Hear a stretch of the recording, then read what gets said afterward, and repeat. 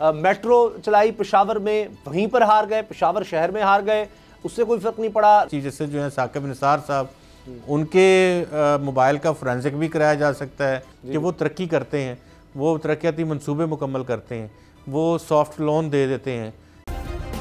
Subscribe करें और bell दबाएं ताकि कोई खबर रह न जाए।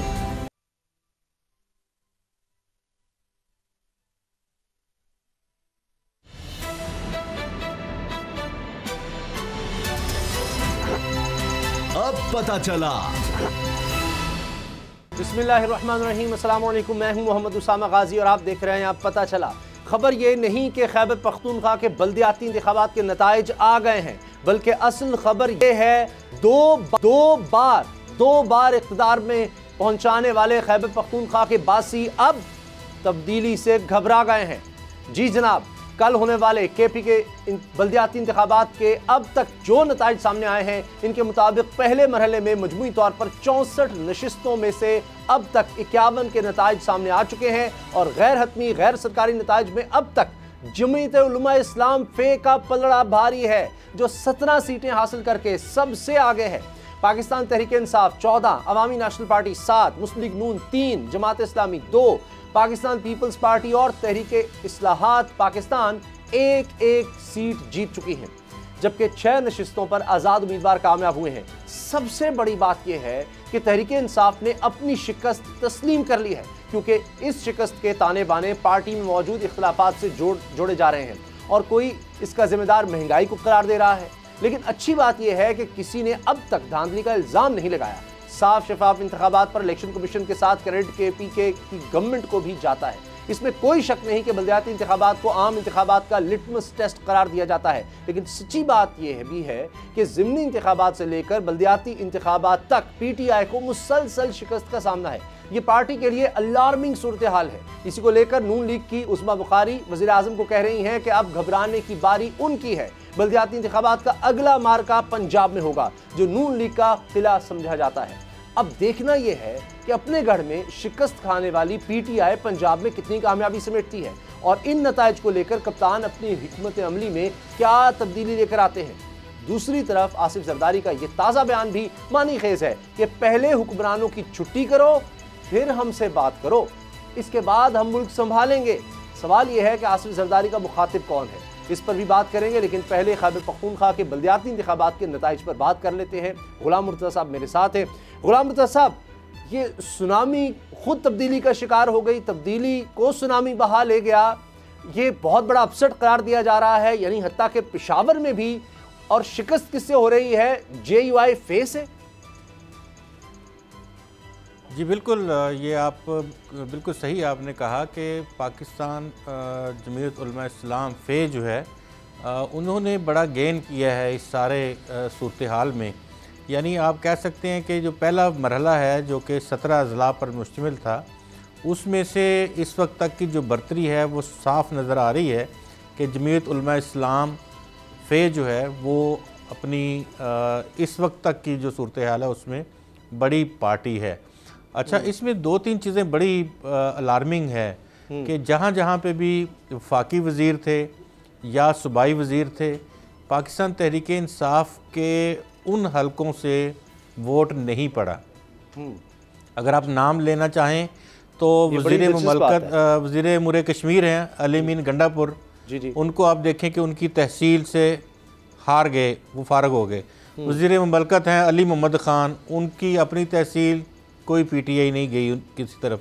शहरयार खान अफरीदी हैं, अपनी UC से भी PTI के उम्मीदवार को नहीं जितवा सके।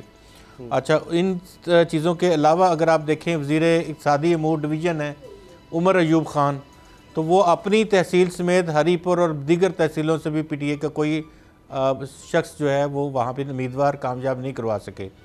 वफाकी वज़ीर शिबली फराज हैं साइंस टेक्नोलॉजी के, उनको अगर आप देखें तो उधर भी सूरत हाल यही है।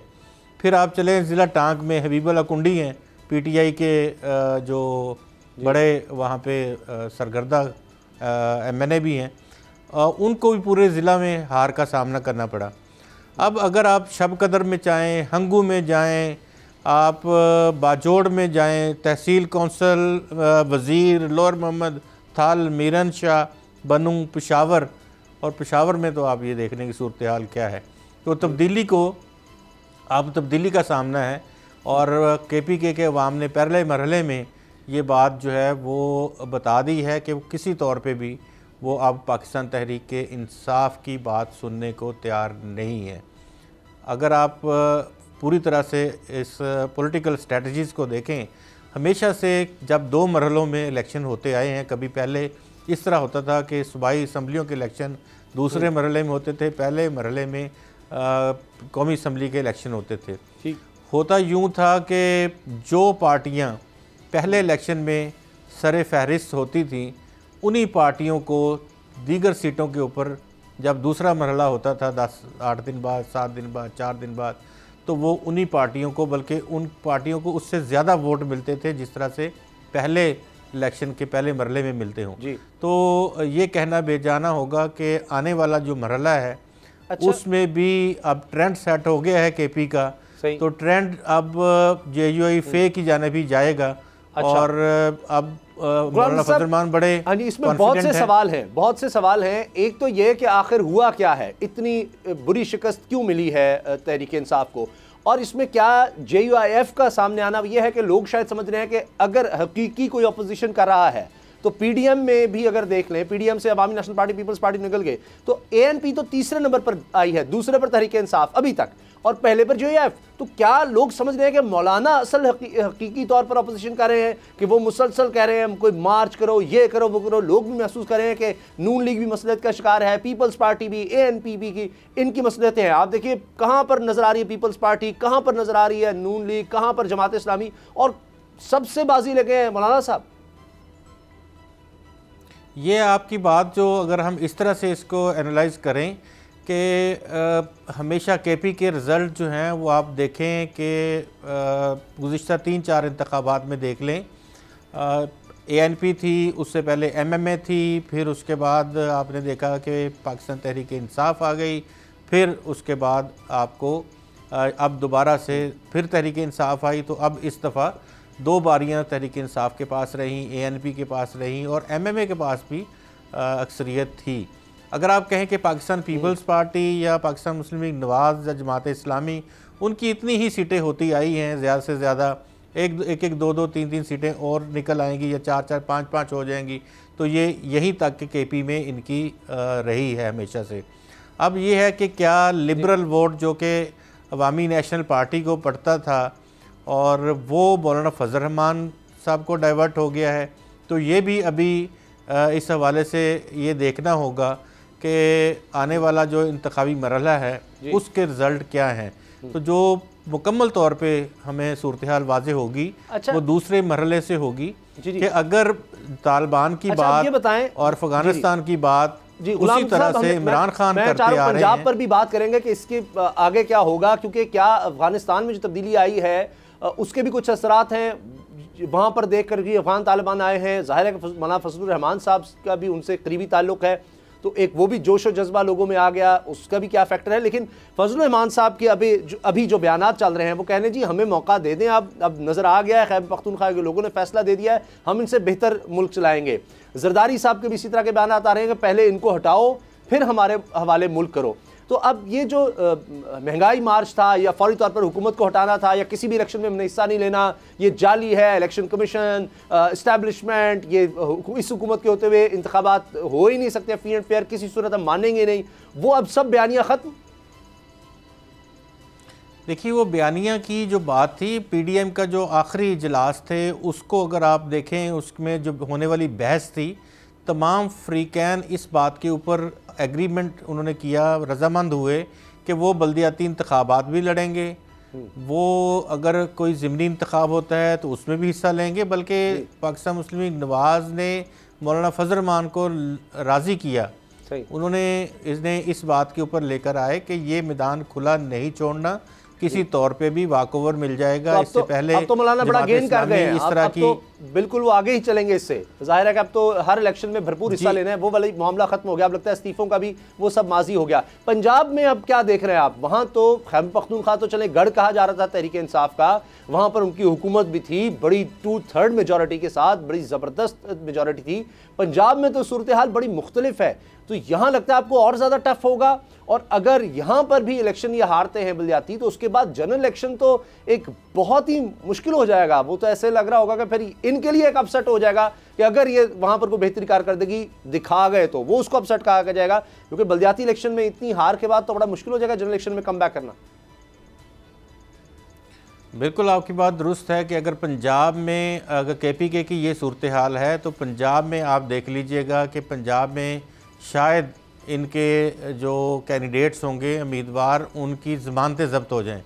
आपको तमाम बड़े बड़े बुर्ज जो हैं वो आपको उनके हलकों की सूरत हाल मैंने आपको बता दी है। जो पाकिस्तान तहरीक इंसाफ के बुर्ज समझे जाते हैं KP में, उनके हलकों में PTI को वोट नहीं पड़ा।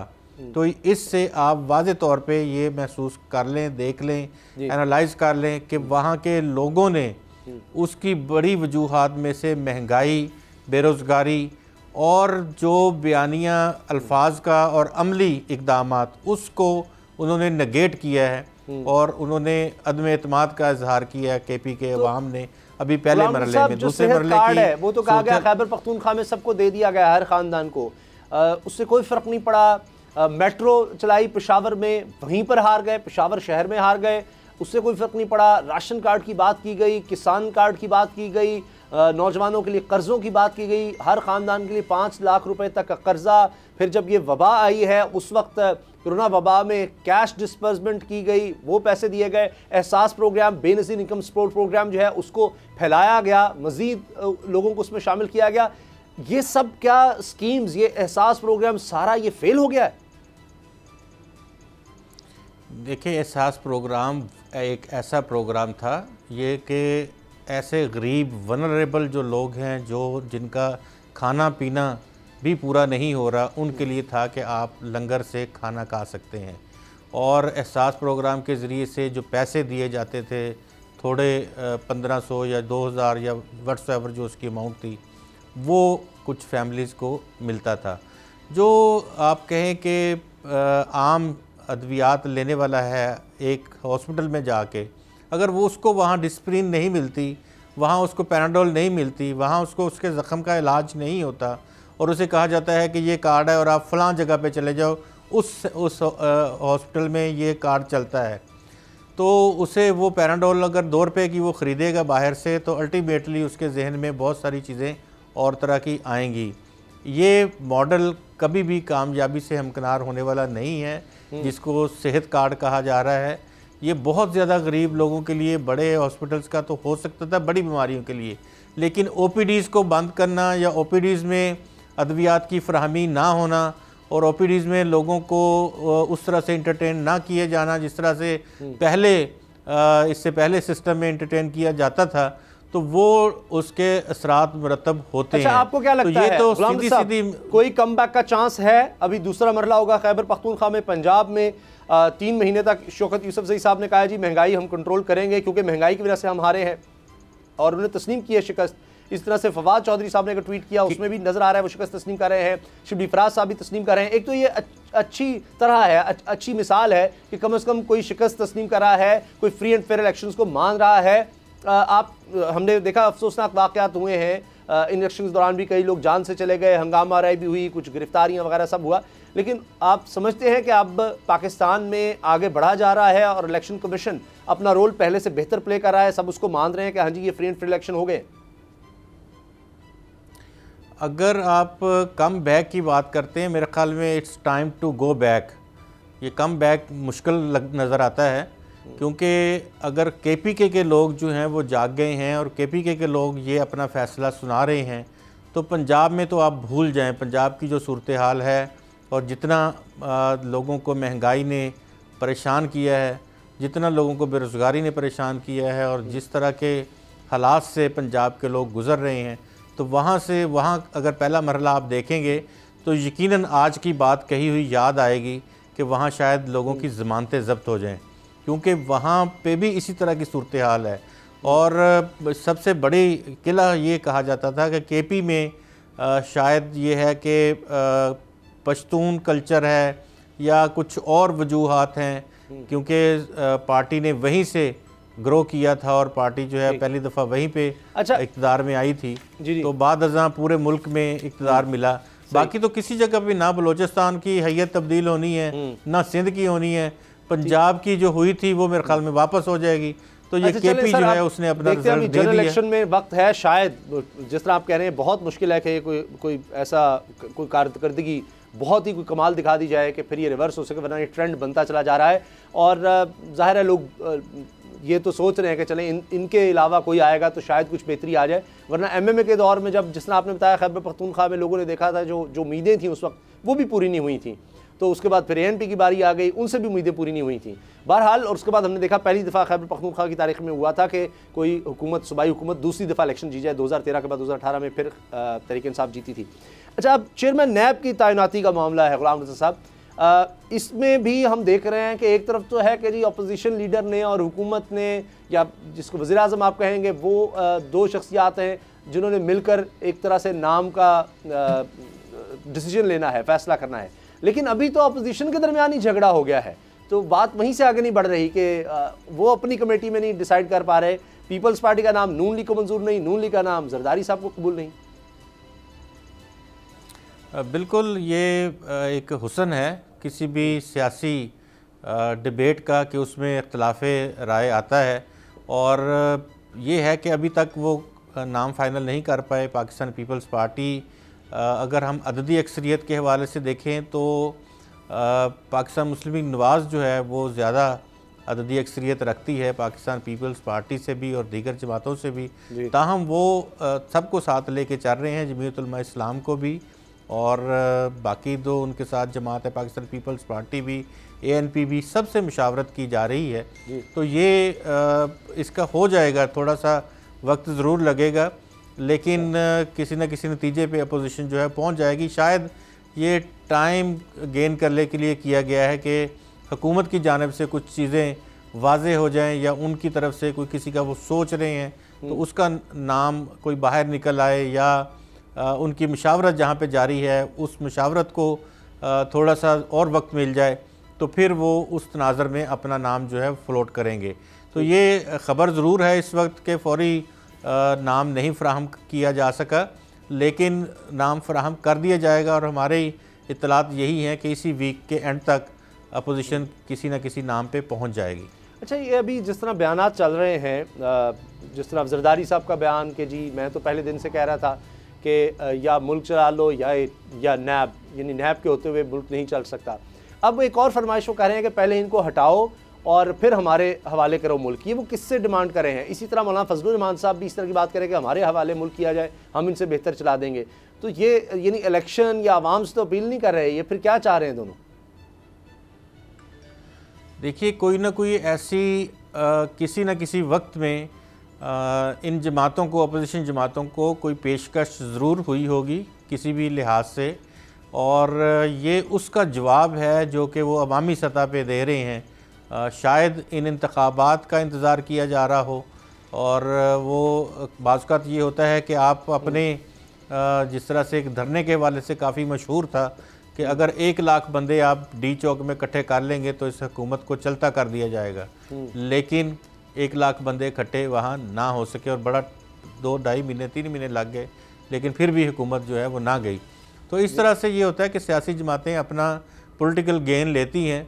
वो जब भी कहीं किसी फोरम पे, किसी जगह पे बैठ के बातचीत करती हैं तो वो बताते हैं कि आपके जो मुंतखब लोग हैं या आपकी सिलेक्शन है वो शायद उस तरह से बासर नहीं रही और अवाम में गैर मकबूल हो रही है। तो फिर उनसे यही कहा जाता है कि जिस तरह आपने फरमाया अपने पहले इब्तदाइया में कि लिटमस टेस्ट होता है, तो वो ये शायद लिटमस टेस्ट हो जिसमें मौलाना फजल रहमान पास हो गए हों और जरदारी साहब को भी नज़र आ रहा हो कि सिंध में वो भी पास हो जाएंगे और पंजाब में नून लीग को नज़र आ रहा हो कि वो पास हो जाएगी। तो फिर तो उनका इस तरह की बातें करना जो है वो मुनासिब लगता है कि वो अगर ये बात कहें कि हम ज़्यादा अच्छा चला सकते हैं। ऐसा तो नहीं कि आने वाले वक्त में ये हो कि जो आज जवाज़ तहरीक इंसाफ दे रही होती है कि हमें सिलेक्टेड कहा जा रहा है, गलत है, तो ये PDM में शामिल जो जमातें थीं, जो निकली तो थी कि जनाब यहाँ पर हमने हक़ हुक्मरानी अवाम को दिलाना है, हमने इस्टेब्लिशमेंट का रोल ख़त्म करना है, ये करना है, वो करना है, यानी वो फिर डिफेंड कर रही हो, ये वक्त आने वाला है शायद।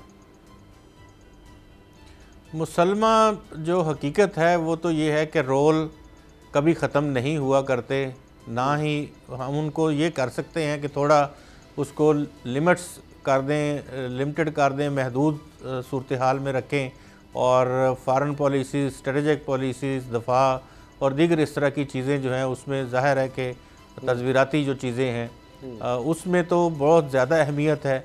इसी तरह से जो नेशनल सिक्योरिटी काउंसिल है वो भी इसीलिए होती है कौमी सलामती कमेटी, ताकि उन तमाम चीज़ों को ऑन बोर्ड किया जाए और तमाम जो स्टेक होल्डर्स हैं वो तमाम के तमाम ऑन बोर्ड हों, ताकि एक मुश्तरका पॉलिसी जो है वो उसको आगे टो किया जाए।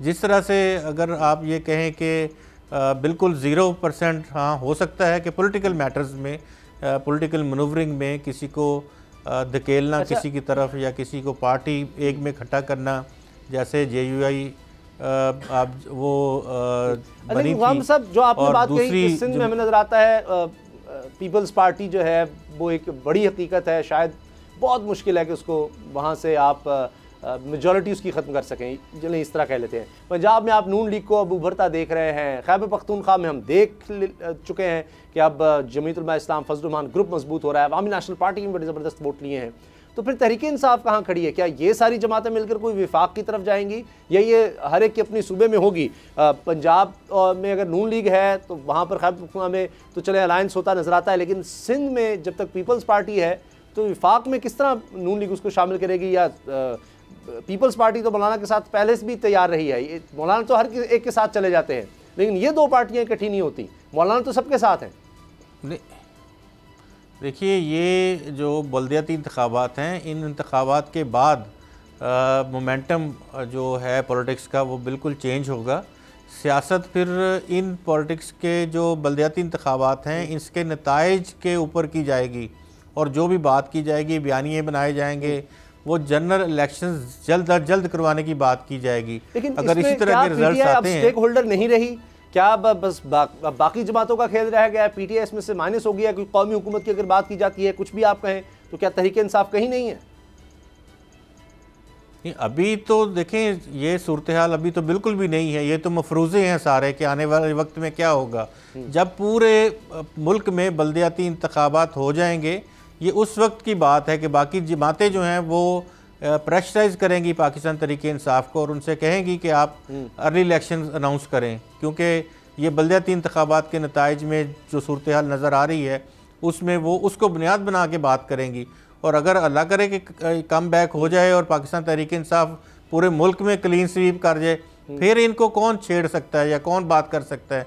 इनका बयानिया नून लीग का और पाकिस्तान पीपल्स पार्टी का और JUI फे का, ये सब का बयानिया ख़त्म हो जाएगा कि वो कहते थे कि महंगाई है, साथ नहीं है। ठीक है, ब्रेक लेनी है। ब्रेक के बाद हम बात करेंगे OIC के हवाले से भी। पाकिस्तान में ये तारीख़ी एक इजलास हमने देखा है 40 साल के बाद, ये एक हुकूमत की बड़ी भरपूर कामयाबी है, इस पर भी बात होगी इस ब्रेक के बाद।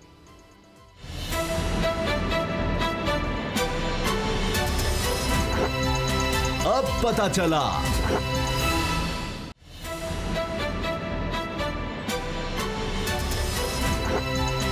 अब पता चला। राना शमीम तौहीन अदालत केस आज भी ज़ेर समाअत रहा। इस्लामाबाद हाई कोर्ट में चीफ जस्टिस अतरम निल्ला ने इसका नोटिस लिया था। आज सर्बमोहर जो असल बयान हल्फी था वो अदालत में पेश कर दिया गया, और इसमें दिलचस्प बात यह हुई कि चीफ जस्टिस साहब की तरफ से कहा गया कि जी लतीफ़ अफरीदी साहब जो कि राना शमीम के वकील हैं, उनसे कहा गया कि आप इसको खोलें। उन्होंने इनकार कर दिया, कहते हुए कि जी पता नहीं फिर एक और मामला बन जाएगा, कोई और पंडोरा बॉक्स खुल जाएगा, फिर एक नई इंक्वायरी, बल्कि उनके अल्फाज हैं, फिर एक नई इंक्वायरी शुरू हो जाएगी। बहरहाल इस के बाद जस्टिस अतरम निल्ला साहब ने कहा कि जी आपने जो बयान हल्फी दिया है राना शमीम साहब ने, उससे ये मामला सामने आया कि जी ये अदालत कंप्रोमाइज़ है, इसके जजेस कंप्रोमाइज़ हैं। और इस पर यह बात भी सामने आई, लतीफ़ अफरीदी साहब ने कहा जी हमने तो कभी नहीं कहा, ये तो एक साबिक चीफ जज गिल बल्तिस्तान और चीफ जस्टिस साबिक के दरमियान मामला है, इसमें इस अदालत का तो कुछ लेना देना ही नहीं है, ये उन्होंने कहा, और ना ही हमने छपने के लिए दिया। बहरहाल ये चीज़ें होती हैं। लेकिन मुझे बताएं गुलाम साहब कि ये बयान हल्फी, जब ये बात हो गई कि जो छपा है वही है, तो फिर अब ये बयान हल्फी खोलने से इनकार क्यों किया जा रहा है, सामने लाने से इनकार क्यों किया जा रहा है, ये इतना सेंसिटिव मामला क्यों हो गया है? आज अटॉर्नी जनरल फॉर पाकिस्तान मौजूद नहीं थे, उनकी जगह के ऊपर जो एडिशनल अटॉर्नी जनरल हैं कासिम वदूद, वो अदालत में पेश हुए थे और उनसे इस्तफसार किया गया। तो उन्होंने बताया कि जो अटॉर्नी जनरल फॉर पाकिस्तान हैं वो आज कराची में हैं। तो चीफ जस्टिस अतर मिनल्ला ने कहा कि फिर हम उनका इंतज़ार कर लेते हैं कि जब वो आएंगे तो फिर इस बयान हल्फी को खोला जाएगा।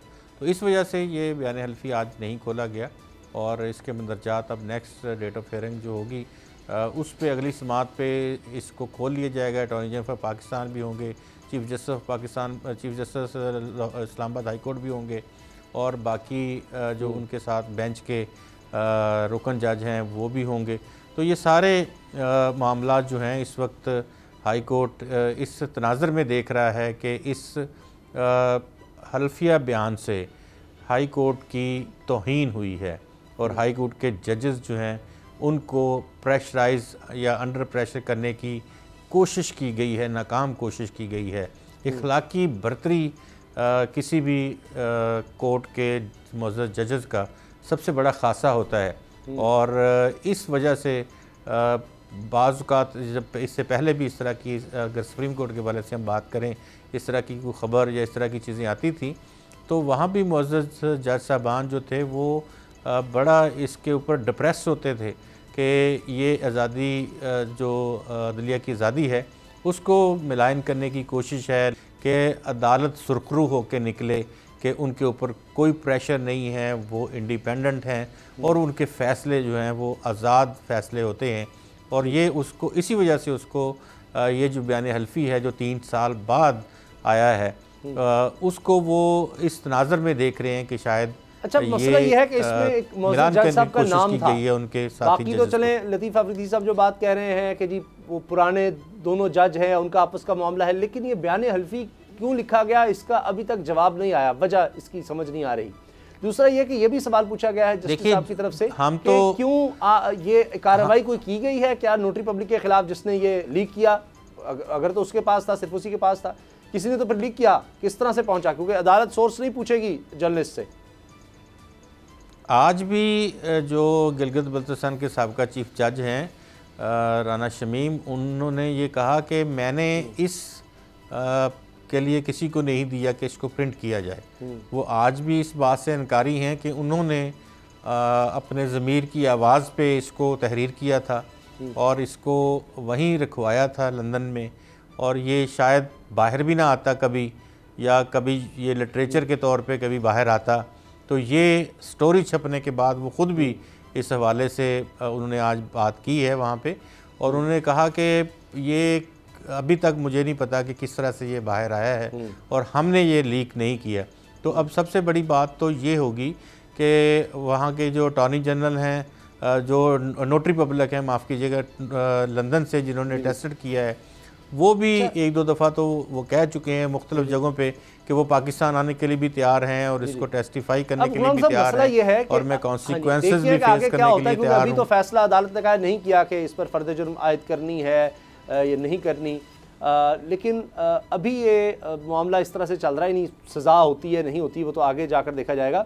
मगर अदालत में ये बात हुई है, अतर मिनल्ला साहब ने बात कही है कि जी कोई भी बयान हल्फी लिख ले और वो छपा ले या छाप दिया जाए। इस तरह तो किसी भी इदारे के बारे में कोई भी चीफ जस्टिस आता है, कोई भी जज है, उसके बारे में कोई भी शख्स जो कभी इंटरेक्शन में रहा है, कोई भी वकील हो, कोई आम रिश्तेदार हो, वो कह दे कि जी मेरे बैठे हुए इस तरह से बात हुई थी, ये बयान हल्फी और वो छप जाए अखबारात में, तो ये तो एक अजीबोगरीब सूरत हाल मुल्क में हो जाएगी। तो शायद इस वजह से अदालत ने इस चीज़ का नोटिस दिया है और बार बार ये कहा जा रहा है कि जी हम तो आज़ादी इज़हार राय के ख़िलाफ़ नहीं है, लेकिन जब मफाद आमा के ख़िलाफ़ जाएगा उसको देखना होगा। आर्टिकल 19 की बात हो रही है, तो ये लगता ये है कि किसी एक को तो बताना पड़ेगा कि असल में अंदर कहानी है क्या, किस तरह से, या तो फिर अखबार को बताना पड़ेगा कि किसने उनको ये दिया, कहाँ से उनको ये मिला, या फिर शमीम साहब को बताना पड़ेगा कि नोटरी पब्लिक से अगर लीक हुआ है तो उसके खिलाफ कार्रवाई क्यों नहीं करते, या कहीं और से लीक हुआ है, कहीं से तो पता चले कि हुआ क्या है। देखिए बात आपकी दुरुस्त है, ये कोई आम किसी शहरी ने इस तरह के एलिगेशंस जो हैं वो नहीं लगाए हैं। ये भी चीफ जज हैं और गिलगित बल्तिस्तान के चीफ जज रहे हैं, और जिनके हवाले से उन्होंने बात की है वो उस वक्त के चीफ जस्टिस थे और इनके मेहमान थे और इनके घर में बातचीत हुई है। तो अगर हम मेरिट्स और डीमेरिट्स की बात को हम ये देखें तो इसमें सबसे अहम चीज़ तो उस अदारे का इसको पब्लिक करना है जिसने ये छापा, और without getting any stance from the Islamabad high court registrar कि वो उनसे बात कर लेते, उनसे पूछ लेते और उनका एक मौक़िफ़ आ जाता, तो फिर तो इस खबर की सदाकत या किसी वाले से बात हो सकती थी। लेकिन क्योंकि इसके मंदरजात ऐसे हैं वो कंट्रोवर्शियल भी हैं, लेकिन अगर इसकी तहकीकात में जाया जाए तो फिर चीफ जस्टिस साबिक चीफ जस्टिस जो हैं साकिब निसार साहब, उनके मोबाइल का फोरेंसिक भी कराया जा सकता है। जो चीफ जज हैं साबिक गिलगित बल्तिस्तान राना शमीम, उनके जो मोबाइल हैं उनका फोरेंसिक कराया जा सकता है। ज़ाहिर है वो लॉन में बैठ के तो मोबाइल से ही कर रहे थे, तो उस वक्त में जो टाइम 6 बज के कुछ का टाइम इन्होंने बताया है, उस टाइम में चेक कर लिया जाए कि किसी को उन्होंने कॉल की है, किसको कॉल की है, रिकॉर्ड तो सारे का सारा अवेलेबल होता है। तो ये अगली फर्दर चीज़ें हैं जिनको अगर इसको बढ़ाना चाहे तो अदालत इसको बढ़ा भी सकती है, इसका दायरा उनको भी नोटिस कर सकती है। नहीं बुलाया गया, ना कोई दरख्वास्त आई है कि जी उनको बुलाया जाए। हाँ, वो एक अलग से ज़रूर दरख्वास्त चल रही है। इस केस में तो सिर्फ और सिर्फ तौहीन अदालत को देखा जा रहा है, इसमें अभी तक उस तरफ से मामला नहीं गया, ना ही इससे बाहर जाया जा रहा है, क्योंकि मेरा ख्याल है फिर वो स्कोप बहुत वाइड हो जाएगा, फिर मामला किसी और तरफ चला जाएगा। अदालत सिर्फ ये देख रही है कि क्या इससे तौहीन अदालत हुई है या नहीं हुई, क्योंकि बादी नज़र में ज़ाहिर तो ये होता है कि एक जज साहब का, जो इस वक्त इस्लामाबाद हाई कोर्ट के जज हैं, उनका नाम ले दिया गया कि वो इन्फ्लुएंस हुए थे मुबैना तौर पर जब उन पर, जबकि वो यहाँ थे भी नहीं। और फिर राना शमीम साहब किसी भी तरह से ये साबित नहीं कर सकते ऐसे कि जी वो साकिब निसार साहब जिनसे बात कर रहे थे वही थे। ये तो इनका अंदाज़ा है कि मेरे सामने ये बात हुई, वहाँ फ़ोन कॉल पर कौन था, वो थे भी या नहीं थे। ये तो वो जिस तरह एतजाज़ हसन साहब हमारे प्रोग्राम में कह चुके हैं कि ये हेर से कभी हेर से है, कि मतलब किसी से सुना, अच्छा वो भी लगता है कि दूसरी तरफ कोई वही था जो राना शमीम साहब को लगा और उन्होंने वो बयान हल्फी लिख दिया और वो छप गया और इतनी बड़ी कंट्रोवर्सी पाकिस्तान के इदारे के खिलाफ हो गई एक ऐसे वक्त में कि जब बड़े अहम केसेस चल रहे हैं इस्लामाबाद हाई कोर्ट में। तो उसके बाद वो यही है कि वो कह रहे हैं एक बयानिया देखना होगा। अदालत ये कह रही है कि जो एक मुसलसल बिल्ड हो रहा है, तो ये अब एक मतलब बयानिए के ज़रिए ये केसेस चलते चले जा रहे हैं, बयानात चलते जा रहे हैं, अखबार में खबरें छपती चली जा रही हैं। ये कोई एक अलग से केस नहीं है या अलग से एक वाक़या नहीं है, ये तो एक बयानिया बन रहा है कि जनाब हाई कोर्ट से जिस तरह का मर्जी फैसला ले लो। ये बिल्कुल दुरुस्त बात है कि इसके किरदारों को मंतकी अंजाम तक पहुंचाना चाहिए चीफ जस्टिस अतर मिनल्ला साहब को, और इस हवाले से जो कुछ वो कर रहे हैं वो बिल्कुल ठीक कर रहे हैं।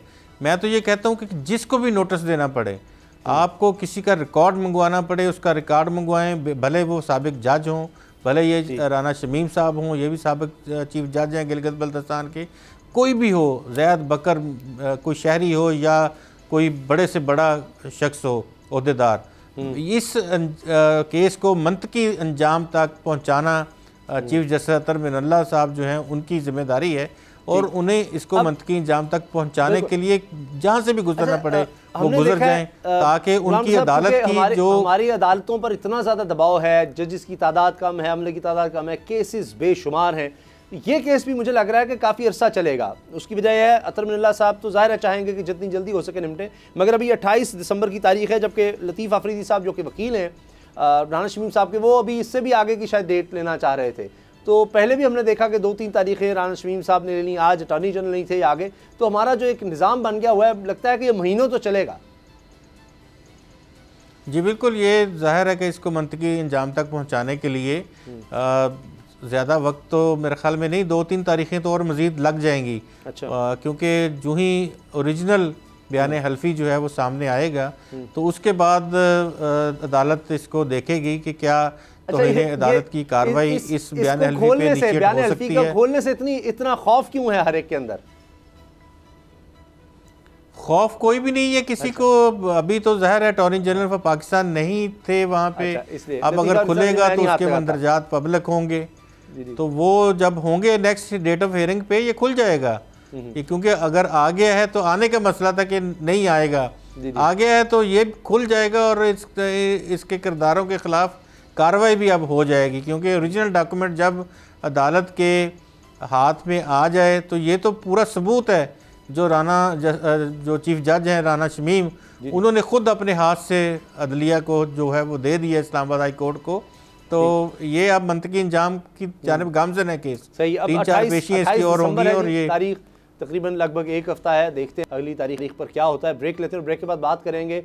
पाकिस्तान दुनिया भर में एक दफ़ा फिर उभर कर सामने आया। OIC का बड़ा ख़ास इजलास पाकिस्तान में हुआ। तकरीबन यही नहीं कि 57 ममालिक जो OIC के हैं, इनके अलावा दीगर ममालिक भी, यूरोपियन ममालिक भी थे, अक़वाम मुत्तहिदा की रिप्रजेंटेशन भी इसमें थी। तो ये बड़ा अहम इजलास था अफ़गानिस्तान की सूरत हाल पर। इसमें कितनी पाकिस्तान की कामयाबी है, इसके क्या असरात होंगे, ब्रेक के बाद बात करते हैं।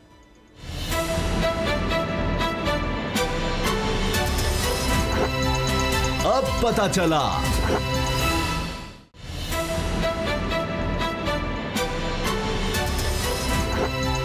अब पता चला। 41 साल के बाद ये मौका आया कि एक दफ़ा फिर OIC वज़ीर ख़ारजा का इजलास पाकिस्तान में हुआ, और इसके साथ साथ हम देखा कि जापान, अमेरिका, चीन, रूस के मंदूबीन भी इसमें शरीक हुए। और ये अफ़गानिस्तान की सूरत हाल पर था, जिसमें इमरान खान साहब ने भी खिताब किया और कहा कि सूरत हाल बड़ी ख़राब है। अक़वाम मुत्तहिदा की तरफ से भी रिपोर्ट पेश की गई कि एक इंसानी अलमिया हो सकता है कि अगर मदद को आगे ना बढ़ा गया तो। अब इसमें ग़ुलाम नबी साहब, आपके ख़्याल में कितनी बड़ी ये कामयाबी है पाकिस्तान की? हर तरफ से सराहा जा रहा है, यानी अफ़गान तालिबान हो, अफ़गान अवाम का ज़ाहिर है कि सोचा तो उनका जा रहा है, और यही बात की गई है पाकिस्तान की तरफ से कि जी आपने अफ़गान तालिबान के साथ डील नहीं करना, उनको आप अलग रखें, मगर 4 करोड़ लोगों का तो सोचें। और ये जो कि जी आप यहाँ पर तबाही फैला कर निकल गए हैं और आप अपने हाथ झाड़ लिए कि जी जो होता है होने दो, हमारा क्या जाता है, हम बस राग लापेंगे डेमोक्रेसी का, इंसानी हकूक़ का, औरतों के हकूक़ का, लोग वहाँ पर भूखे मरते रहें, हमें क्या फ़र्क पड़ेगा। तो ये क्या इमरान खान साहब ने सही कहा है कि जी ये इस दफ़ा सिलसिला हमारे तक नहीं रुकेगा कि 30 लाख यहाँ पर महाजरीन हैं, 2 लाख मज़ीद आ चुके हैं जब से सूरत हाल बनी है, वीज़े उनके पास नहीं है, ज़बरदस्ती ईरान तक जाएंगे, लेकिन इस दफ़ा अब यूरोप तक भी मामला जाएगा। और ये भी नहीं कि आप समझेंगे यहाँ तबाही होगी और जनाब अब दहशतगर्दी यहाँ नहीं पनपेगी, तो आप तो यहाँ पर नर्सरियाँ बना देंगे। ये सबसे ज़्यादा आप अच्छी ग्राउंड बनाकर जा रहे हैं कि जनाब जहाँ पर इतनी भूख हो, इतने अफलास, इतना बुरा हाल हो कि वहाँ पर दहशतगर्दी तो बड़े आराम से होगी। अद्वियात की किल्लत और दीगर इस तरह की बीमारियों का शिकार हो रही है। यानी कि आप ये कह लें कि अगर हम ये देखें कि ये 38 मिलियन अफराद जो हैं, इनमें से तकरीबन आप कह सकते हैं कि 30 मिलियन के करीब लोग जो हैं, या 28 मिलियन के करीब एटलीस्ट जो है वो मुतासर हैं इस वक्त। और ये इतना बड़ा अलमिया है जिसको पूरी दुनिया की तवज्जो दरकार है, और उसके लिए पाकिस्तान ने एक बड़ा अहम रोल अदा किया। बड़े कम वक्त में पाकिस्तान ने तमाम दुनिया के ममालिक को इकट्ठा किया जी, और ये बात उजागर करने की कोशिश की कि पाकिस्तान पहले भी अफ़गानिस्तान का सोचता था, अब भी अफ़गानिस्तान का सोचता है, लेकिन आपको ये बात भी हमें ज़हन नशीं रखनी चाहिए।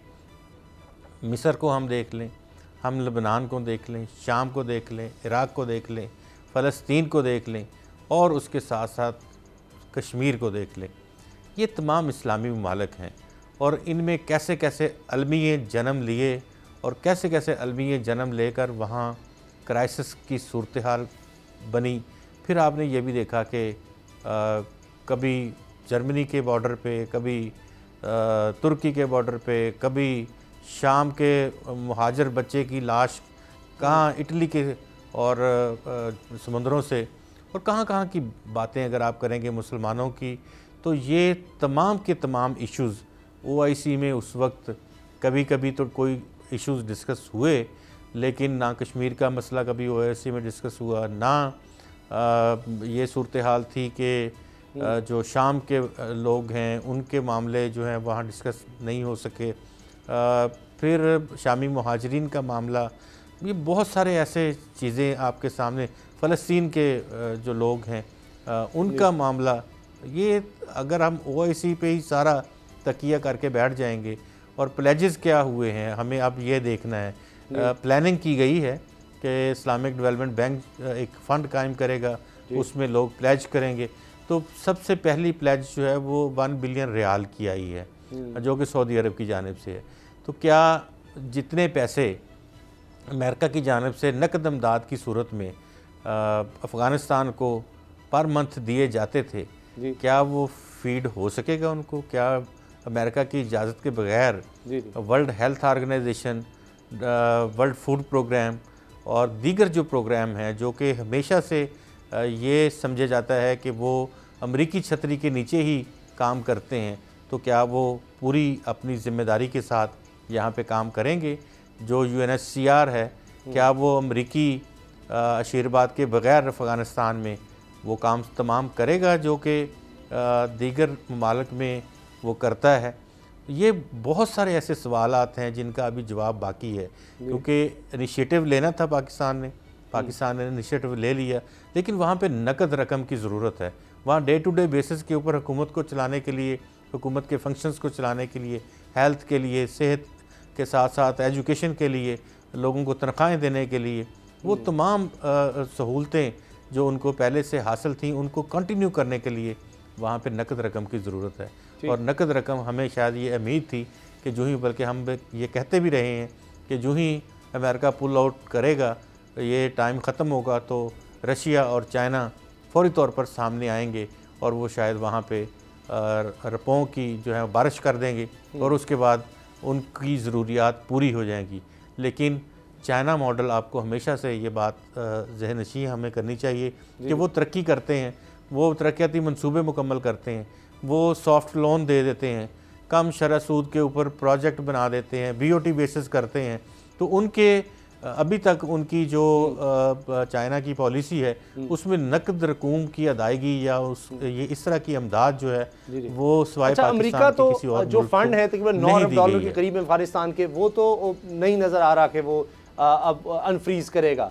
लेकिन जहाँ तक इमदाद की बात है, आपको लगता है कि कुछ ऐसा किया जाएगा? क्योंकि ये तो नहीं हो सकता कि अमेरिका को अंदाज़ा ना हो कि इसके बाद वहाँ दाइश है, वो कितना ज़्यादा पनप सकती है, या यहाँ लोग भूखे मर रहे होंगे, तो क्या अमेरिका को कोई फ़र्क नहीं पड़ेगा? कोई कुछ नहीं कहेगा जी आपने यहाँ पर तबाही फैलाई, आप पहले 75% दे रहे थे, यहाँ पर लोगों को फीड कर रहे थे, सारे जिस तरह भी इकॉनमी थी आपने तबाह की यहाँ पर जंग करके, तो उसके बाद उसकी कोई जिम्मेदारी नहीं हो, बस आंखें बंद करेगा, कोई इसको पूछने वाला नहीं है। जिस तरह से रिपोर्ट्स आ रही हैं कि मुख्तलिफ जगहों पर इन्होंने बच्चों को, औरतों को कत्ल किया, यानी जिनके लिए ये बात करते हैं कि उनके हुकूक के लिए हम आ रहे हैं, हम आज़ादी दिलाने आ रहे हैं, आपको हम जमहूरियत देने आ रहे हैं, इराक़ में, शाम में, अफ़गानिस्तान में, लिबिया में, वहाँ पर इन्होंने हज़ारों लोगों को मार दिया। अभी ये रिपोर्ट आई है, जानते बूझते कि पता है कि यहाँ पर बच्चे औरतें हो सकते हैं, लेकिन फिर भी उन्होंने वहाँ पर बमबारी की और मारा लोगों को।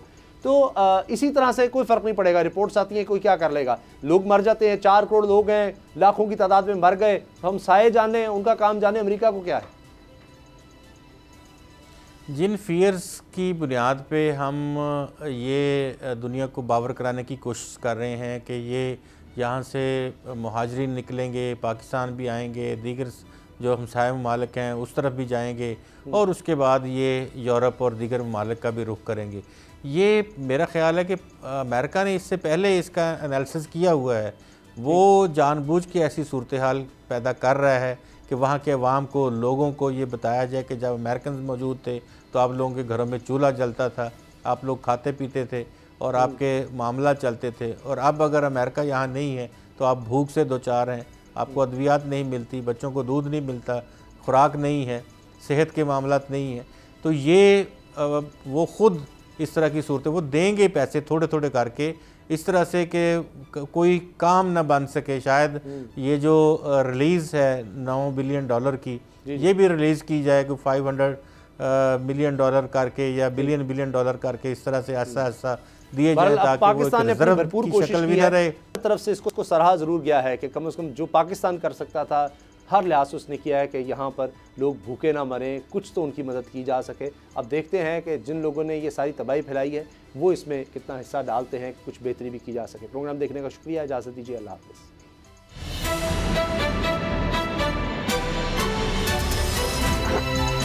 अब पता चला।